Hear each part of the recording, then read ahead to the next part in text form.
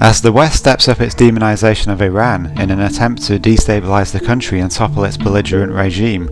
the propaganda has reached new levels of absurdity, with claims that the country may have teamed up with Al-Qaeda to launch a joint strike on the London Olympics.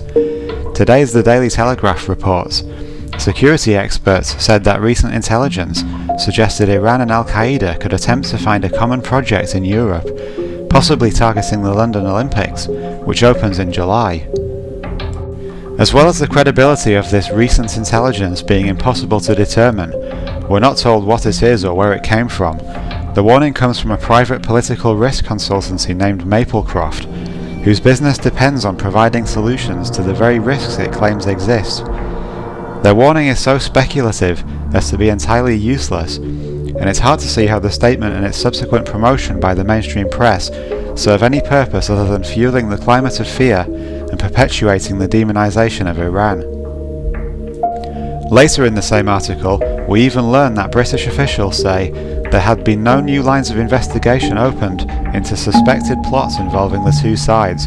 casting serious doubt on Maplecroft's startling claim. If there was any credible evidence to suggest Iran is working with Al-Qaeda to attack the Olympics, then British security agencies would surely have opened a line of investigation into such a serious development. The warning is particularly ironic, as whilst there is no evidence that Iran is working with Al-Qaeda, being Shia and Sunni the two are ideologically divided, there is plenty of evidence of the West's involvement with Islamic terrorists. During last year's NATO war against sovereign Libya, the rebel army, as repeatedly stated by Gaddafi, included fighters connected to Al-Qaeda. In 2004, Britain and the US were even complicit in the abduction, imprisonment and torture of Libya's current military commander, Abdul Hakim Belhaj, believing him to be a terrorist threat to the West. Last year's illegitimate NATO attack on Libya saw Gaddafi betrayed, when his supposed Western allies in the fight against Islamic extremism used those very same extremists to violently force him and his clan from power.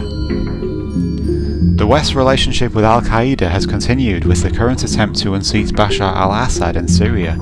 Some of the aforementioned Libyan rebels have headed to Syria to join the uprising, and several bombings have been attributed to Al-Qaeda fighters from Iraq, the most recent a twin suicide bombing in the city of Aleppo, which killed innocent civilians. If the West is not actively funding and supporting these Al-Qaeda terrorists,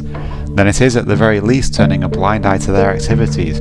as the bombings are useful in serving to further destabilize the country and help achieve their goal of toppling Assad.